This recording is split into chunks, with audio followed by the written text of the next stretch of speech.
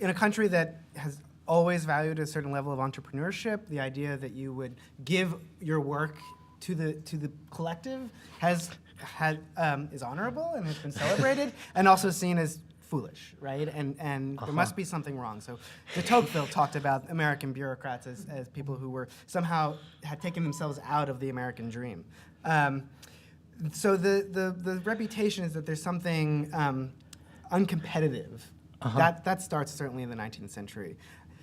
What changes at the end of the 19th century is an awareness and acceptance that a certain professionalization leads to competence. And that emerges at the end of the 19th century. And so by the progressive era, people know more people who work for the federal government, whether it's somebody from the agriculture department coming to help you, or somebody from the Food and Drug Administration, to come and make sure the products you eat are safe. That sense of competence and reliability starts to grow at the turn of the 20th century. I would also just say that history's not linear, so I really feel that the image of the civil servant ebbs and flows in terms of people's perception of it. And as I mentioned in the 1930s and 40s, that people who worked in the government and others really saw it as an exciting and innovative and prestigious place to work, and were really excited to be in DC, really excited to be doing their jobs and feeling like they had a purpose.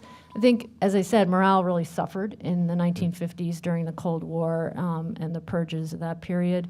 And then it returns in the 60s. There's a real resurgence of idealism and desire to do something for a higher good. So I think it changes over time. Sometimes it's difficult to track that, but. Yeah, I would just pick up on that point of ebbs and flows and changes over time, and say that in a way, public perceptions of government workers and how those perceptions have changed are kind of a barometer for how workers in the private sector feel about their own jobs and their own status.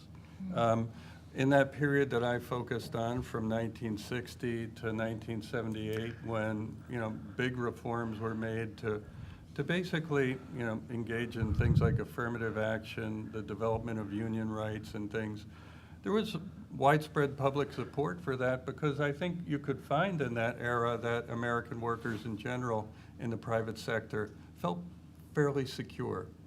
That has changed, I think, dramatically in the past generation, and the insecurity that many people in the private sector feel about their own jobs, the growth of inequality in the country, have acted as a kind of corrosive and have created a situation where many look at federal workers and say, hey, they're not at-will employees. Well, I am. They have a union. I don't have a union. They have maybe a defined benefit pension. I don't have that. So that as those fissures have opened up, that's created a situation that's quite different from what existed and obtained in those years earlier in the 20th century.